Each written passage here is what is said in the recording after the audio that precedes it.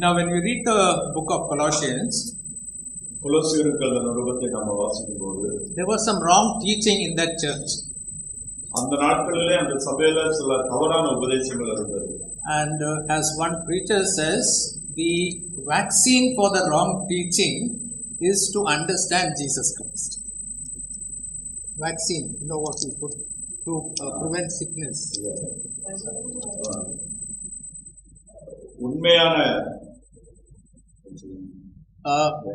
There was wrong teaching, and to against this wrong teaching, the vaccine is to understand Jesus Christ.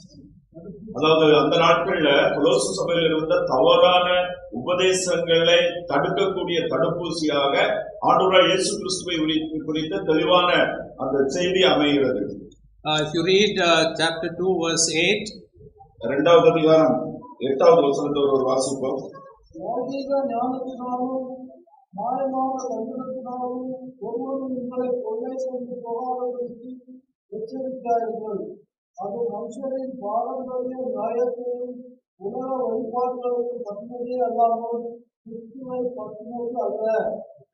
It is not according to Christ. No, these teachings are not according to Christ. அங்கே கொலோசு சபையில கொடுக்கப்பட்ட சிலர் கொடுத்த தவறான உபதேசங்கள் கிறிஸ்துவை சார்ந்ததல்ல, கிறிஸ்துவுடையதல்ல.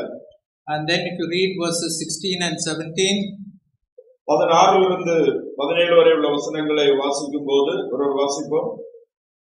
இரண்டாவது அதிகாரம் 16. ஆகையால் போதனத்தையும் ஞானத்தையும் குறித்தாவது, பண்டிகை நாளையும் மாத பிறப்பையும் ஓய்வு நாட்களையும் குறித்தாவது ஒருவனும் உங்களை குற்றப்படுத்தாதிருப்பானாக. அவைகள் வரும் காரியங்களுக்கு நிழலாயிருக்கிறது. அவைகளின் பொருள் கிறிஸ்துவை பற்றினது. See, the people were saying we can't eat this, we can't eat that, and we are observing days as such. அங்கே எந்த தவறான உபதேசங்கள் போதிக்கப்பட்டது என்று பார்க்கும்போது இந்த ஆகாரத்தை புசிக்க கூடாது, இப்படி செய்யக்கூடாது, இப்படி நடக்கக்கூடாது, இந்த பண்டிகையை பின்பற்றக்கூடாது, இதை பின்பற்ற வேண்டும் அப்படின்னு சொல்லிட்டு கிறிஸ்துவுக்கு வெளியே கிறிஸ்துவே இல்லாத சில உபதேசங்களை உபதேசம் பண்ணாங்க. They were saying these are shadows, but the substance belongs to Christ.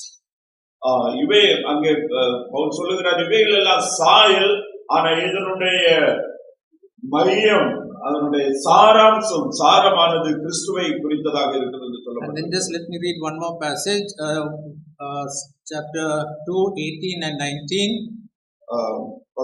இரண்டாவது அதிகாரம் 18, 19 வசனங்களை கூட வாசிப்போம்.